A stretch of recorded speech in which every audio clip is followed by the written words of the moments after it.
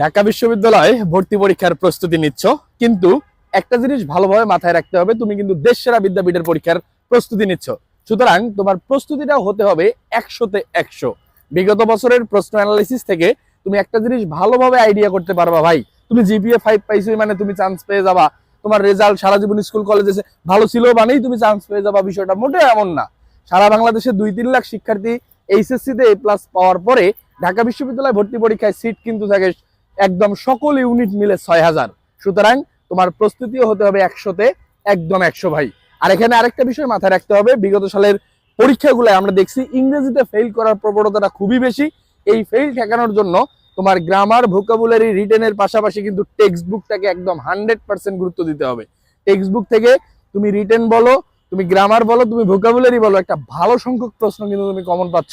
তোমার যে English for today বইটা ছিল, এই বইটাকে একটু গুরুত্ব দাও। এই বইটাতে গুরুত্ব এমন ভাবে দিতে হবে, প্রত্যেকটা শব্দের সাথে এর সিনোনিম, অ্যান্টোনিম, ওই শব্দগুলো দ্বারা সেন্টেন্স মেকিং থেকে শুরু করে সমস্ত কিছুর প্রস্তুতি হতে হবে কিন্তু তোমার 100-তে 100। টেক্সট বুক ভালো করতে না পারলে তুমি ঢাবিতে অন্তত টিকবা না ভাই। আর হ্যাঁ, সাইদ সজীব স্যার ফেসবুক পেজে আমাদের ঢাকা বিশ্ববিদ্যালয় ভর্তি পরীক্ষা নিয়ে কার্যক্রম খুব দ্রুতই শুরু হতে যাচ্ছে। তোমরা সবাই ফলো দিয়ে রাখো, বন্ধু বান্ধবদের মেনশন করে জানিয়ে দাও। আমাদের কিন্তু কনফার্ম ঢাবি ব্যাচে একদম নামমাত্র মূল্যে ভর্তি চলছে। বিগত সালের এক্সপেরিয়েন্স থেকে আমার শিক্ষার্থী পড়ানোর অভিজ্ঞতা এবং অনেক শিক্ষার্থী ঢাকা বিশ্ববিদ্যালয়ে চান্স পাওয়ার পরিপ্রেক্ষিতে ইনশাল্লাহ আশা করি এবারও তোমরা ভালো কিছু পেতে যাচ্ছ।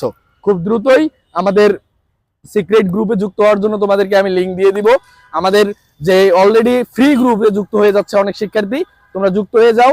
সাইদ সদীপ স্যার ফেসবুক পেজে মেসেজ দিয়ে অবশ্যই যুক্ত হয়ে যাও। আর হ্যাঁ, যে কোনো সমস্যার জন্য পেজে মেসেজ করো অথবা হোয়াটসঅ্যাপে জিজ্ঞাসা করো। ঢাকা বিশ্ববিদ্যালয় ক্যাম্পাস কিন্তু তোমার অপেক্ষায়।